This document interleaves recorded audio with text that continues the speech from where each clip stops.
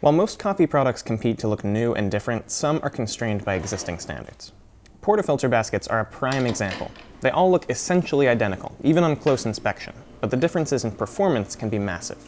We can say that, but we wouldn't blame you if it didn't convince you to spend money on a forgettable little part that it seems you already own. With that in mind, let's dive into the details. A portafilter basket's job seems pretty simple. It's a metal filter designed to be used with ultra-fine coffee under high pressure. That would be pretty easy if the particles of coffee in your basket were of perfectly consistent size, but from a microscopic perspective, they come in wildly varying shapes and sizes.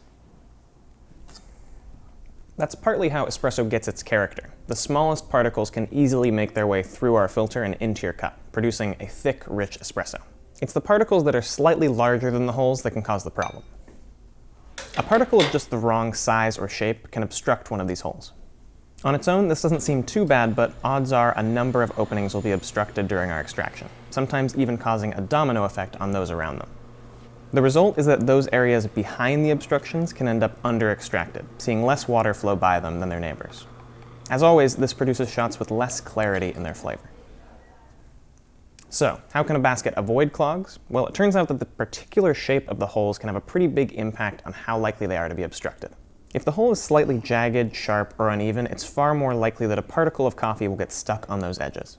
If the hole is smooth and perfectly circular, there's far less risk of obstruction. This microscopic detail is the difference between a mediocre basket and a world-class one. So, how do you tell the difference? Well, unfortunately, you can't tell by looking unless you have the right kind of microscope. For the most part, we have to rely on experience, reviews, and whatever information the manufacturer will give us.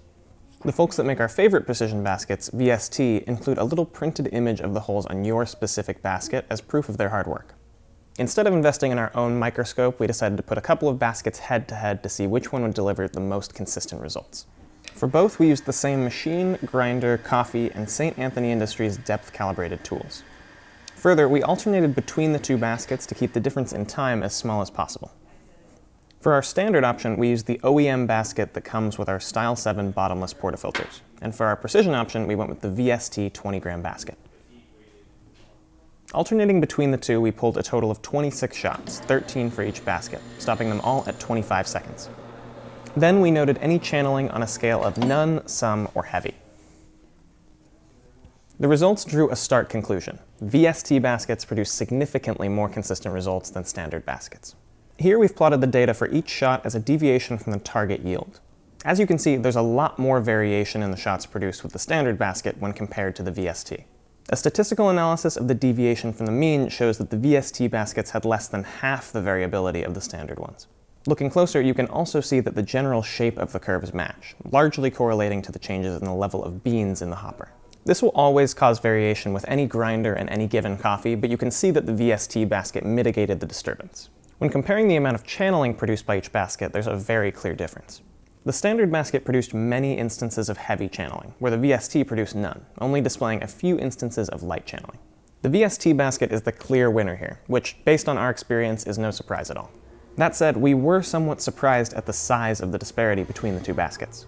If you're like us and you get a little dopamine rush with each successive perfect shot of espresso, you'll definitely want to go with the VST. All the procedure and training in the world is never going to overcome the limits of an imprecise basket. While the standard basket does look like it's living in the VST's shadow, none of the shots it produced were bad. They weren't perfect, but they were entirely passable shots. Your favorite shop might use standard baskets much like these and get solid results most of the time. But if you're among those seeking espresso perfection, a VST basket is clearly a worthwhile investment. If this video helped illuminate the value of a good basket, be sure to hit the like button. What's your experience with precision baskets? Let us know in the comments below. For more coffee knowledge, subscribe, and as always, thanks for watching.